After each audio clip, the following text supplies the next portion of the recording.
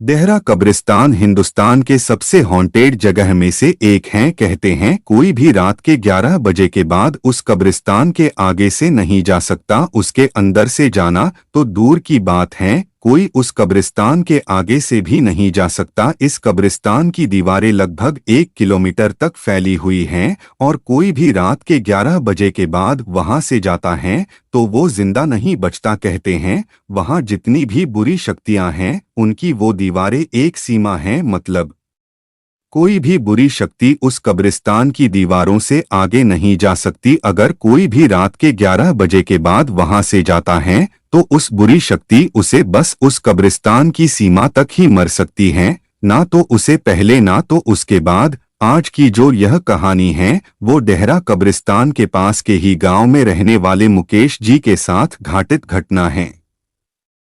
अब यह कहानी मैं उन्हीं के शब्दों में जारी रखूंगा।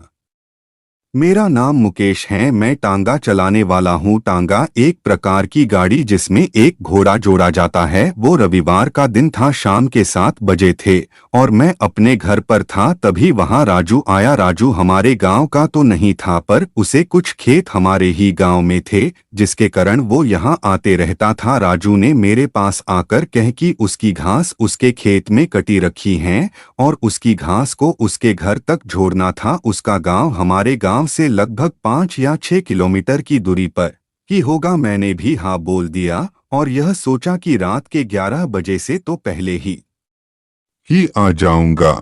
मैं आ भी जाता पर घास लोड करने में काफी समय लग गया था, इसलिए मुझे राजू के गांव पहुंचने में ही 10 बज गए थे और घास टांगे से नीचे रखने में भी काफी समय लग गया था और इसलिए ही वजह से राजू मुझे बार बार अपने ही घर में रुकने को बोल रहा था, क्योंकि उसके गांव से हमारे गांव को बस एक रास्ता था जो उसी देहरा कब्रिस्तान के आगे से होकर जाता था। एक बार को तो मेरा दिल भी राजू की बात मान जाने को कर रहा था, पर मैं घर नहीं गया तो मेरे घर वाले परेशान हो जाते। ना मेरे पास कोई फोन था और ना ही मेरे घर में मेरे 2 छोटे छोटे बच्चे, मेरी बीवी और मेरे माता पिता थे। मुझे उन सबकी चिंता ने आने पर मजबूर कर दिया था और अब मैं उसी कब्रिस्तान के पास आ गया हूँ। मैंने अपनी घाटी में समय देखा, रात के 11 बज चुके थे। पहले तो मैंने लौट जाने को सोचा, फिर मैंने किसी तरह हिम्मत करी और आगे बढ़ा। मैं अभी कुछ ही आगे गया था तभी मुझे ऐसा लगा कोई मेरे टांगे पर आकर बैठ गया हो। मैंने एकदम से पीछे मुड़ कर देखा पर वहाँ कोई नहीं था, पर मुझे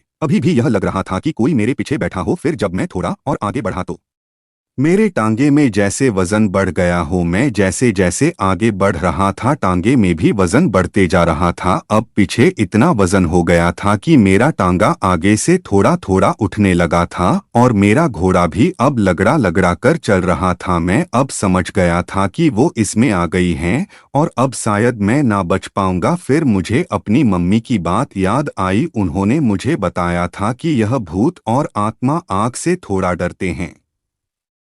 तभी मैंने अपने जेब में रखी बीड़ी निकाली और मैं बीड़ी पीने लगा। जैसे ही मेरी एक बीड़ी खत्म होती मैं दूसरी जला लेता। ऐसा करते करते मेरे पूरी बीड़ी खत्म हो गई। टांगे में इतना वजन हो गया था कि टांगा बहुत धीरे धीरे चल रहा था, इसलिए मैं अभी कब्रिस्तान को आधा भी पार नहीं कर पाया था। सर्दी का समय था इसलिए मैंने काफी कपड़े पहने थे। जैसे ही मेरी बीड़ी खत्म हुई तो मैंने जो कंबल उठा हुआ था उसे उतारकर मैंने उसमें आग लगा दी और कंबल की आग खत्म होने ही वाली थी तभी मैंने अपना स्वेटर निकालकर जला दिया और स्वेटर निकालकर जला दिया और स्वेटर की आग खत्म होती उसे पहले मैंने अपनी कमीज निकालकर जला दी। जान बचाने के लिए कुछ तो करना ही था, इसलिए मैं अपने शरीर में पहने सभी कपड़ों को जला रहा था। ऊपर के सभी कपड़े खत्म होने पर मैंने अपने पैजामा को उतारकर उसमें भी आग लगा दी। अब बस मेरा एक कच्चा ही बचा था, उसे पहले मेरे पैजामे की आग खत्म होती उसे पहले ही अब कब्रिस्तान की दीवारें खत्म होने वाली थी। जैसे ही मैंने कब्रिस्तान पार करा